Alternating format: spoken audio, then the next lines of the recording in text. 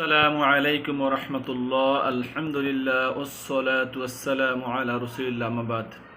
যাবতীয় প্রশংসা মহান আল্লাহ তাআলার জন্য, শান্তি বর্ষিত হোক শ্রেষ্ঠ নবী, প্রিয় নবী হযরত মুহাম্মদ সাল্লাল্লাহু আলাইহি সাল্লামের প্রতি। আজ জুমার দিন, সপ্তাহের শ্রেষ্ঠতম দিন। এই পবিত্র জুমার দিনে আমাদের কিছু করণীয় কাজ রয়েছে, আমরা সবাই জানি। তারপরও মুমিনদেরকে জানিয়ে দিলে তাদের উপকার হয়, এই জন্য বলা।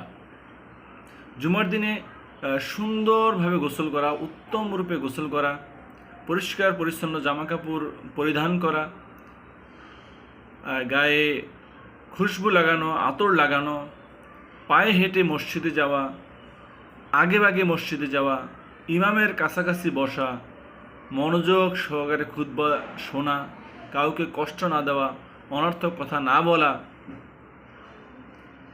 এই কাজগুলি যদি আমরা করতে পারি তাহলে মহান আল্লাহ তাআলা আমাদের বিগত জুমা থেকে এই জুমার মধ্যে যত গুনাহ হয়েছে সেগুলো আল্লাহ তাআলা মাফ করে দিবেন।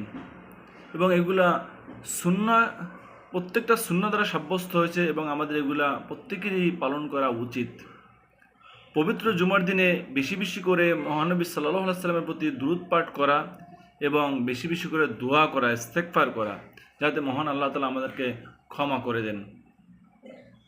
মহান আল্লাহ তাআলা জুমার দিনে এই সমস্ত সুন্নাহগুলি পালন করার তৌফিক দান করুক। আমিন। আসসালামু আলাইকুম ওয়া রাহমাতুল্লাহি ওয়া বারাকাতুহু।